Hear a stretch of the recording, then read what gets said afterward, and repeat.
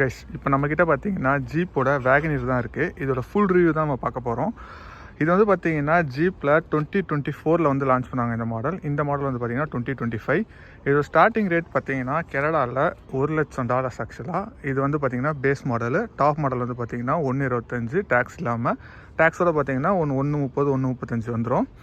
So India ரேட்டுக்கு வந்து convert பண்ணி பார்த்துக்கோங்க. $1 வந்து பார்த்தீங்கன்னா ₹63. ஸோ 1,00,000 × 63 அந்த மாதிரி வந்து கணக்கு பண்ணிக்கணும். ஸோ இதோட ஸ்பெக்ஸ் வந்து பார்த்தீங்க அப்படின்னா ஃபஸ்ட்டு இன்ஜினை பற்றி பார்ப்போம். இன்ஜின் வந்து பார்த்தீங்கன்னா 3 சிலிண்டர் இன்ஜின். இது வந்து ஹரிக்கன் இன்ஜின் அப்படின்னு சொல்லுவாங்க.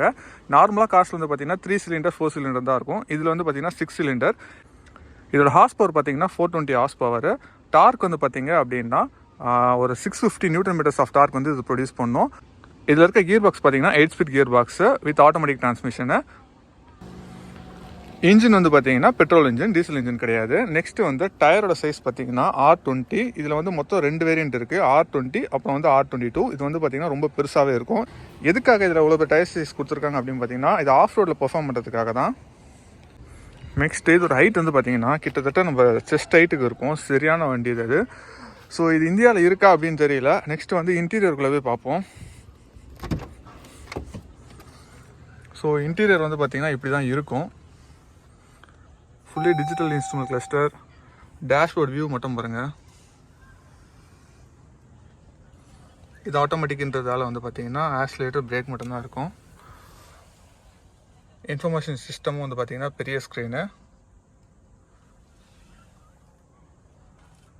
சன்ரூஃப் வந்து பார்த்தீங்கன்னா ஃபுல்லாக இருக்கும். ஃப்ரண்ட்டில் வந்து பார்த்தீங்கன்னாலும் 2 சீட்டு கவர் ஆகும். பேக்கில் லாஸ்ட் சீட்டுமே வந்து பார்த்தீங்கன்னா சன்ரூஃப் இருக்கும்.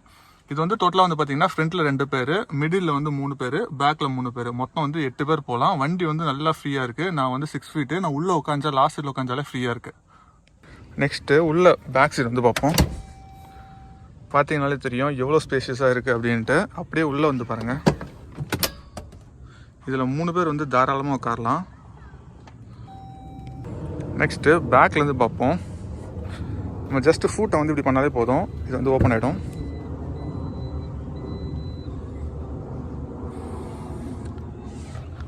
பேக் வியூவில் வந்து பாருங்கள். இங்கே வந்து பார்த்தீங்கன்னா ஈஸியாக 2லேருந்து 3 சூட்கேஸ் வைக்கலாம். அந்த அளவுக்கு பெரிய பூட் ஸ்பேஸ் இருக்குது.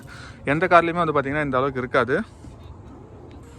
ஸோ இதுதான் வந்து பார்த்தீங்கன்னா இந்த காரோட ஃபுல்லான வீடியோ. இதை பற்றி நீங்கள் என்ன நினைக்கிறீங்க அப்படின்றத கமெண்ட் செக்ஷனில் சொல்லிவிடுங்க.